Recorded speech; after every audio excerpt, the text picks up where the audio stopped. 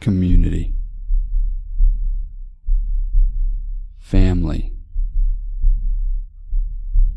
strength. Welcome to the Reclaimed American Podcast.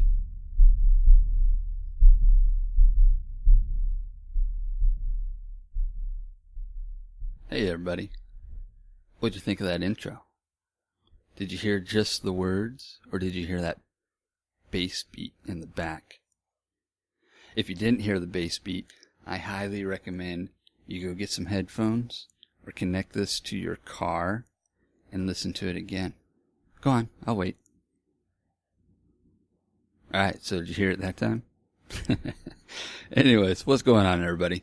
So, welcome back to yet another episode of the Reclaimed American Podcast. And in today's episode, I've got a special treat for you. I got a shit ton of updates for you. And, yeah. So, let's first go into the Baby T Chronicles update. So, Mama's doing alright. She's had her ups and downs, but no more ER visits, thank God. However, on Saturday, wouldn't you know it, she bit into, of all things, a crispy noodle. Yeah. And that crispy noodle cracked her tooth. Now, to be fair, that particular tooth was already a bad tooth, but it literally broke off like a little side piece. And she's like, oh my God, it hurt, you know. And fortunately, we were already on our way home when it happened. But as soon as we got home, I had to break out the needle nose, grab the little nub of the broken tooth, because again, like I said, her teeth are not the best. I'm really hoping that Baby T gets the straightness of my wife's teeth, but the strength of mine, because if so, she's set. If it goes the other way around and she gets the jacked up, crooked, jagged nature of mine and the weak ass nature of my wife's, oh my God, I feel for the kid. She's just going to get dentures like when she's 5. But anyways, so we get home. I pull the broken piece out with a pair of needle nose. It bled a little bit, whatever. But then, once you know it, because I pulled a piece out, then the gum, which went under the gum line, so the gum then started folding over the tooth that was still there. And as a result of that, it hurt every time she tried to eat something and would accidentally bite down on that side.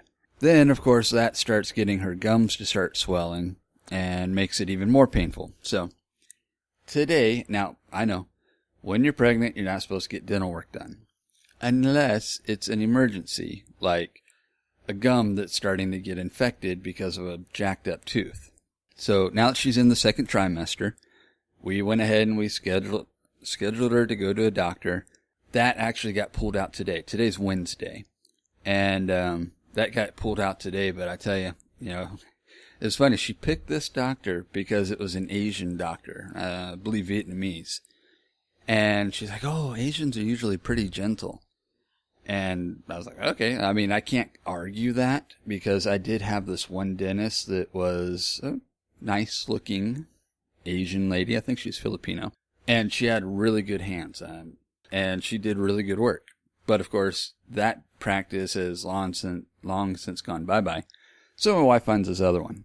The dude didn't use enough Novocaine, and he was kind of rough about it, but at the same time, to be fair, both teeth that got extracted were broke off pretty much right at the gum line. So he really had to work to get the teeth to come out. But anyway, so the wife just got those yanked out today. She's going to be in some pain for the next couple of days.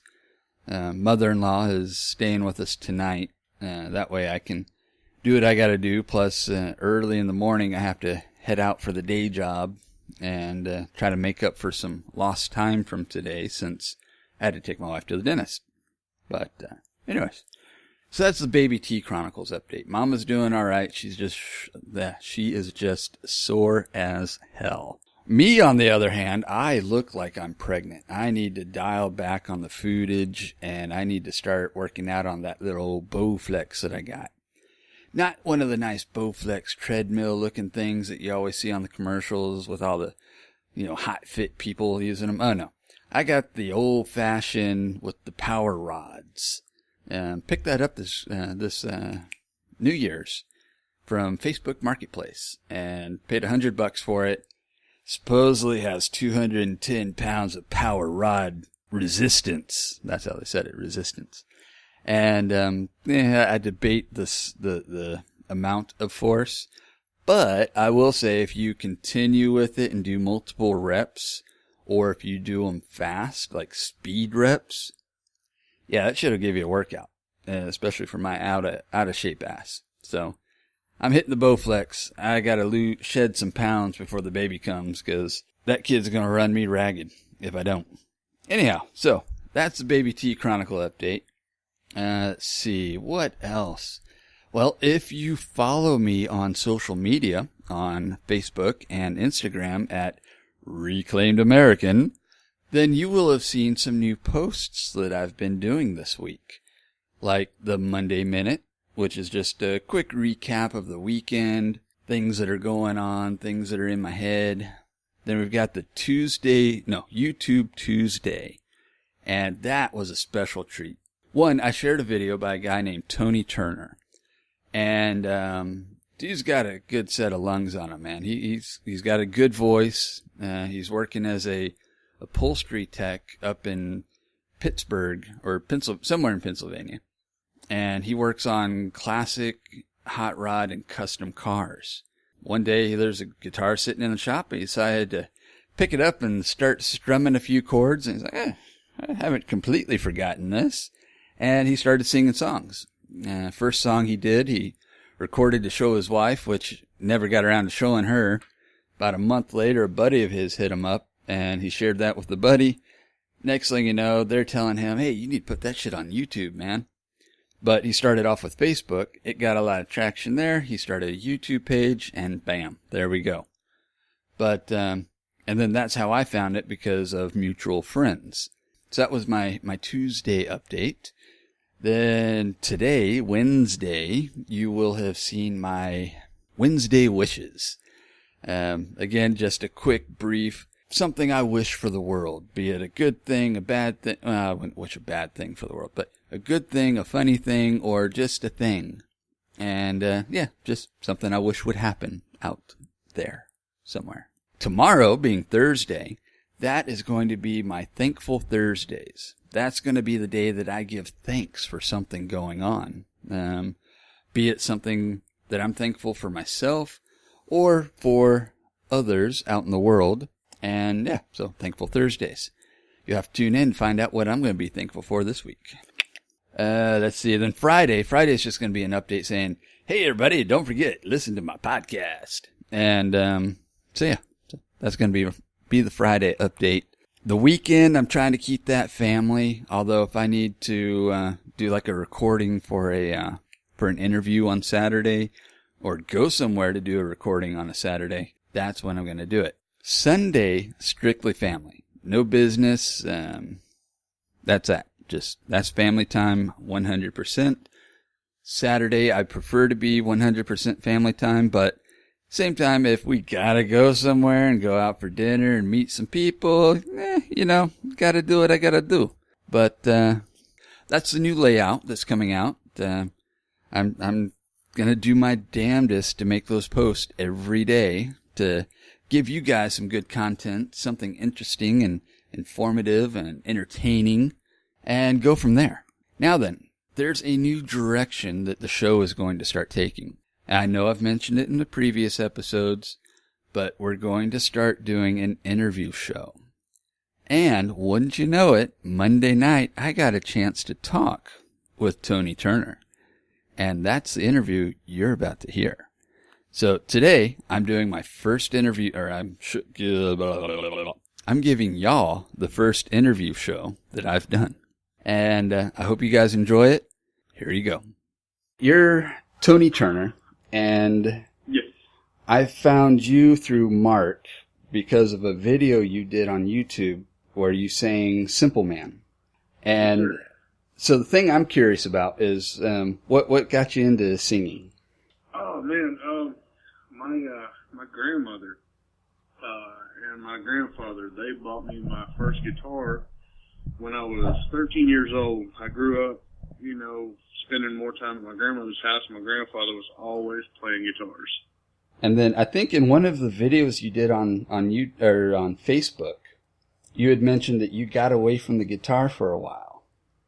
Yeah, actually, I never actually went just full on playing guitar and like learning it. I just kind of learned a little bit, played, then I'd set it down and just kind of on and off because, like work and life, like everything kind of gets you and like slows everything down, and then you're too busy doing one thing. And I got some company, my two little boys.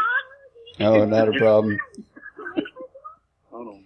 Come here, guys. Y'all come in the house for a second. Come here. Go in here, Mama. Sorry, bud. Not a problem. I'm actually going to be a first-time father in January. Oh, man. And my wife and I... yourself. Oh, I know. My wife and I, we've been married 17 years, and we're just now getting around to having our first. You guys did it the right way. Well, like I like to tell people is, for the first 10 years, we wanted to live life together. We wanted to explore, travel, do all these cool, stupid things that you can't do once you have the kids. And then, like 7 years ago, we started thinking, all right, well, shit, we've got nieces and nephews, and they're growing up around us, and we don't have nothing. And, we're thinking we're missing the boat, and finally, after 7 years, all our timing finally worked out right. And my wife's pregnant. But, I'm going to be a 45... Thank you. I'm going to be a 45-year-old dad.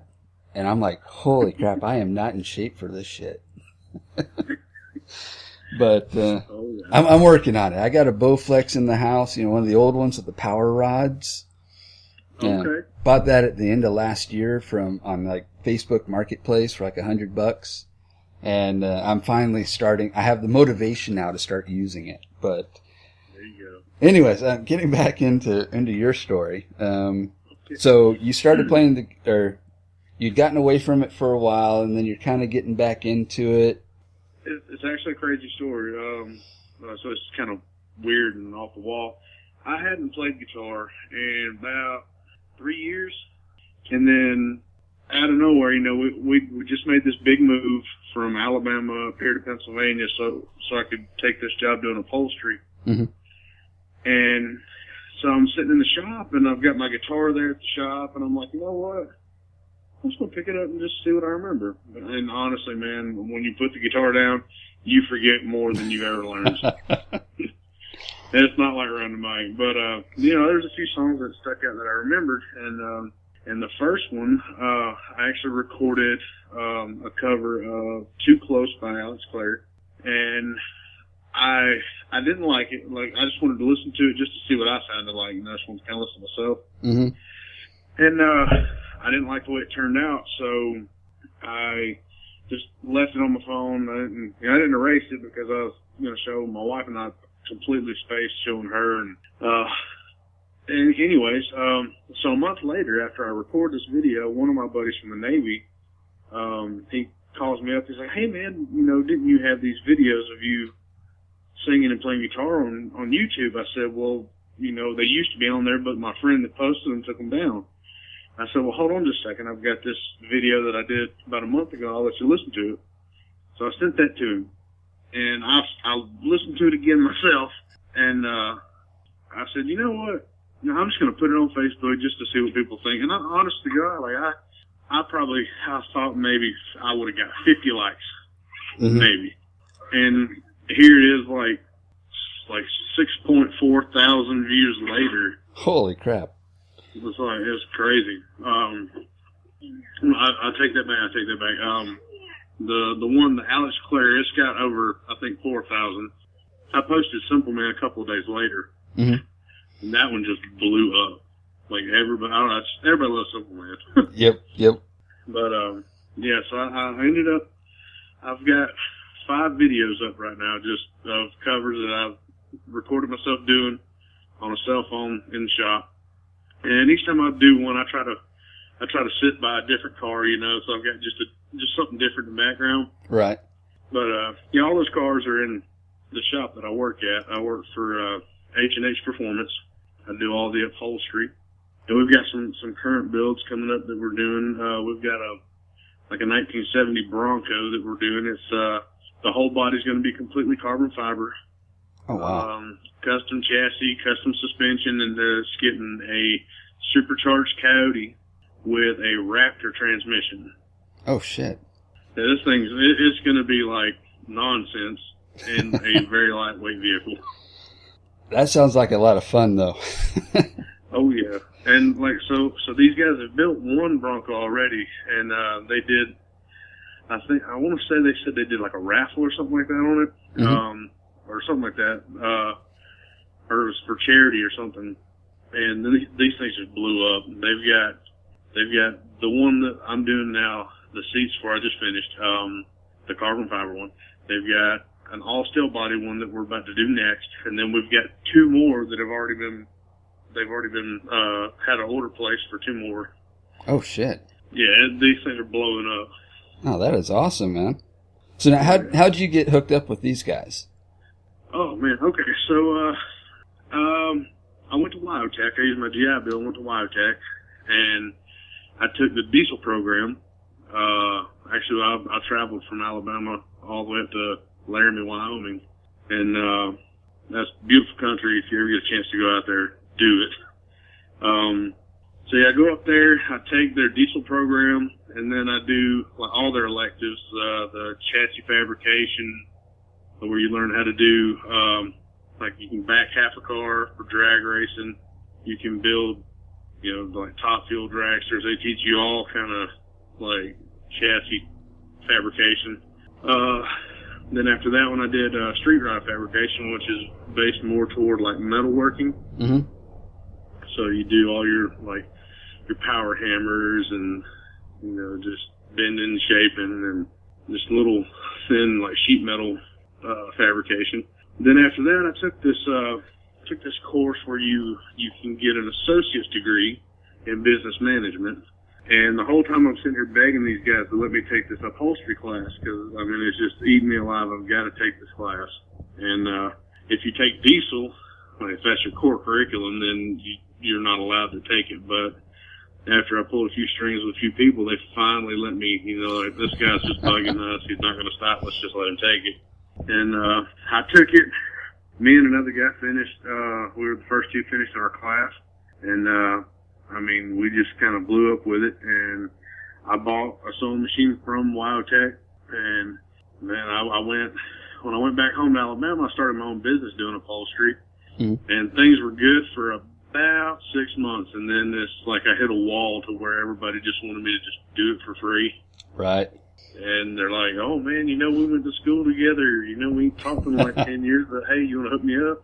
Mm-hmm. It's amazing how quickly the friends come out of the woodworks, right?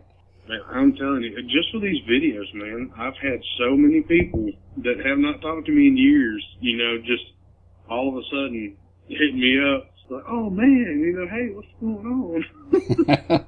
And I mean, I've never really been like an asshole or nothing like that.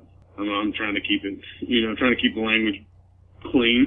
Yeah, but, unless you're worried about it more on your end, I'm not worried about it here. Oh, no. I just didn't want it to be all over your video. No, you're good. You're good.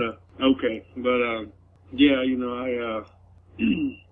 crap, where was I going with that? Friends coming out of the woodworks and trying to get you to do shit for free. Oh, yeah, and then with the videos, they were blowing up. Everybody's, I don't know, like... I've had people asking me to share their videos because they see me getting these views, and I guess they think that, that I'm, I don't know, I guess Facebook famous or something, but I mean, it's only like, in the grand scheme of things, it's just a very small amount of people who've seen these videos. Right. Okay. Well, let's see. One of the other questions I got for you, when were you in the Navy? I joined the Navy November 6th of 2012, and I got out November 7th, 2012.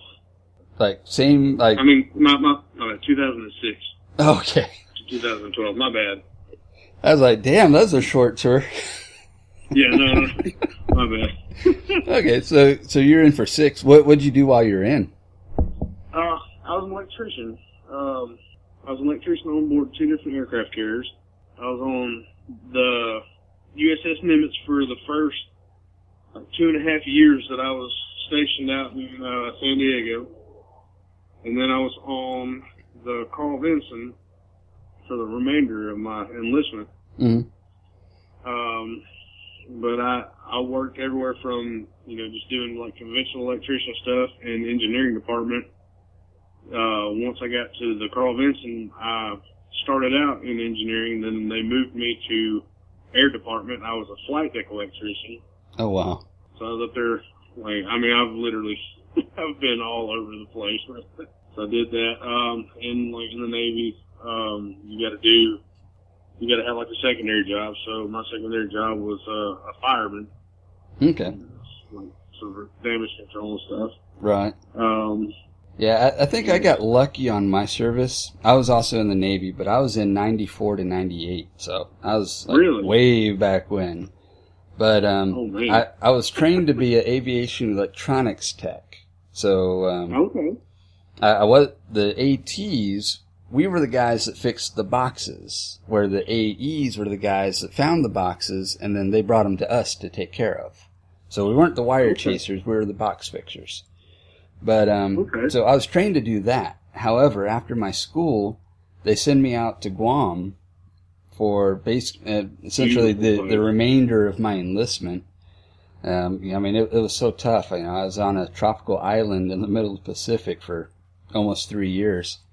But, yeah, and I worked with a bunch of ordnancemen.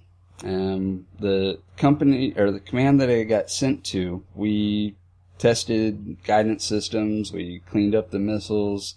We'd get them back from the carrier or from the depot, and we'd open them up, make sure everything worked, clean them up. Of course, the shit that came back from the fleet was horrible, and we'd have to make them almost like new again. But it was fun.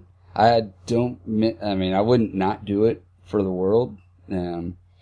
But definitely after my 4 years were up, I was like, I after being here, honestly, I was spoiled. There's no way I was going to go out to the fleet and have to, live in a coffin locker and all that shit, So I got out after my 4 there in Guam, went back to Memphis to do my, my processing, and then came back to Texas.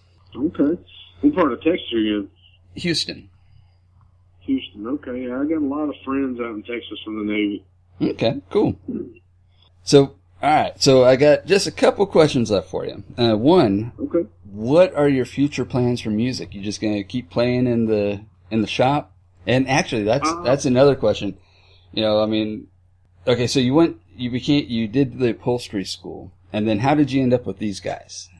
Okay, so after I ended up shutting down my upholstery business, I ended up going to work for this crane company because I've always been able to weld, so I went to work welding for this crane company called DeShazo Crane, and I spent 2 years with those guys. Now, you want to know something funny real quick? I know they're out there in Texas. Well, I currently work for a crane company as an overhead service tech. Or I work on all the overhead cranes as a service tech, so we do installs, inspections, repairs. Right. And so I've worked on some of the DeShazos. But anyways, go on. Okay. What's that? Go ahead and continue with where you're going there. So you worked for them for a couple of years. So I was with those guys for a couple of years, and it just got to where like there were certain things within the company that I had issues with, and I was just looking for anything to get out. And then my instructor from Live Tech, he put a post up that hey, there's a person needing an upholstery guy in Pennsylvania. And at first I was like, you know what, I don't really want to go to Pennsylvania, but coincidentally, my ex-wife lives up there in Pennsylvania, and that's my daughter's mother. Gotcha. So, and we get along well enough, we don't argue with each other, and there's a lot of give and take when it comes to my daughter, so we work together real good. And so we move up here, and we're 3 hours and 20 minutes away from her mom, so I mean that works out real good. Whenever she wants to see her, she can see her. But yeah, that's how I heard about it. My instructor from Wyotech got with me, gave me all the information, and just kind of went from there. Awesome. And so you've been there since when? I've been here for 3 months, man. Oh, shit. Well, yeah, this just happened. All right. Well, congratulations, I guess, on all the moving around. Now, I know, man. But now, so you got a couple boys, you said, living with you right now? Oh, I got all three of my kids with me right now. My daughter usually she'll spend the whole summer with her mom, but for some reason she just wanted to come home and spend the week with us. So we went out and picked her up, and she's hanging out with us for the week, and then she'll go back, hang back out with her mom. But yeah, I got my daughter, she's 10, and I got my two little boys, they're 3 and 4. Oh, shit. Oh, it's a house full, let me tell you, it's a jungle gym. Now, the last real question I've got for you, and this is kind of a question meant more for me than anything, is, as I told you earlier, my wife is due in January, and we'll have a little girl. But if someone could give you, or if someone would have given you one piece of advice way back when, to kind of prepare you for what's coming, what would that have been? Honestly, man, little girls are easier than little boys. A lot easier. Oh, man, my daughter, she was 6 months old, she was walking. Oh, shit. Yeah, it's crazy. And it's weird, it seems like it was just yesterday. She's 10 years old, it was a decade ago. But no, she was, before she was 2, she was potty trained. Like, wow. She showed her own interest in learning how to do it. I mean, we got a little training potty, and she just kind of did her own thing there. Oh, that's awesome, man. It was crazy. And then, like, little boys, they're a little later. Gotcha. All right. Well, I don't want to keep you too much longer. I appreciate you coming on with me. Oh, yeah. But no, it's no problem at all, bud. Now, if you want people to get a hold of you, or at least follow you and like all your videos and stuff, where do you want them to go? I guess you can either go on YouTube or on Instagram, or Facebook. Okay. And now on Instagram, I was trying to find you on Instagram, and I couldn't find you. So what are you there? All right. You got a pen? Go for it. Okay. It's Seams, SEAMZ, legit, LEGIT, _86. Yeah, I never would have figured that one out. Yeah, so I mean that one, I kind of geared that one toward the upholstery. Seems legit, like Seams. And on Facebook, it's just your name, Tony Turner. Tony Turner. Yep. All right. And what and about the YouTube page? It's Tony Turner as well. Actually, if you get on Facebook, I've got a link on my page for the YouTube. Okay. Cool. Well, what I'm going to do, I'm going to go ahead and kill the recording here. All right, so there you go. There is the first interview I've done, and that was Tony Turner. No relation to me, by the way. Just the way the world works. But anyways, I hope you guys enjoyed that interview, and there will definitely be more interviews to come. Now, one thing that I realized as I listened to the recording again and edited out some of the dead space is that one of the questions I had asked him, but I asked it in like a 2-part situation, was, where do you see your music going from here? And then how did you get hooked up with these guys? Well, I forgot to go back and ask him about where's his music going from there.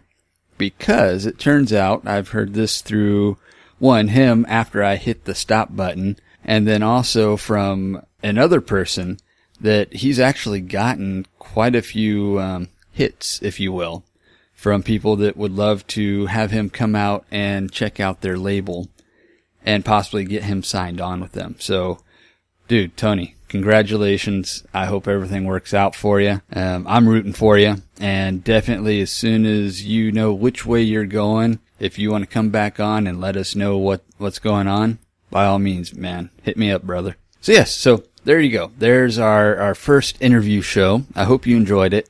One of the other things I'm doing going forward is I'm going to be looking at different ways to be able to bring more of a message to you guys. I'll let you know more about that later on. I might do that for the Monday Minute next week and go from there, or possibly even when I talk about this episode on Friday to let you know that it's coming out, I might throw something up over there for that. But anyhow, like I said, that's going to be it for today. Don't forget to follow me at Reclaimed American on both Facebook and Instagram. Don't forget to check out Tony. Look for him, Tony Turner, on Facebook and YouTube. And also on Instagram, find him at SeemsLegit_86. And that was SEAMZ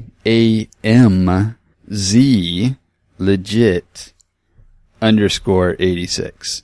So, like I said, that's it. I'm going to wrap it up, and I'll see y'all next time.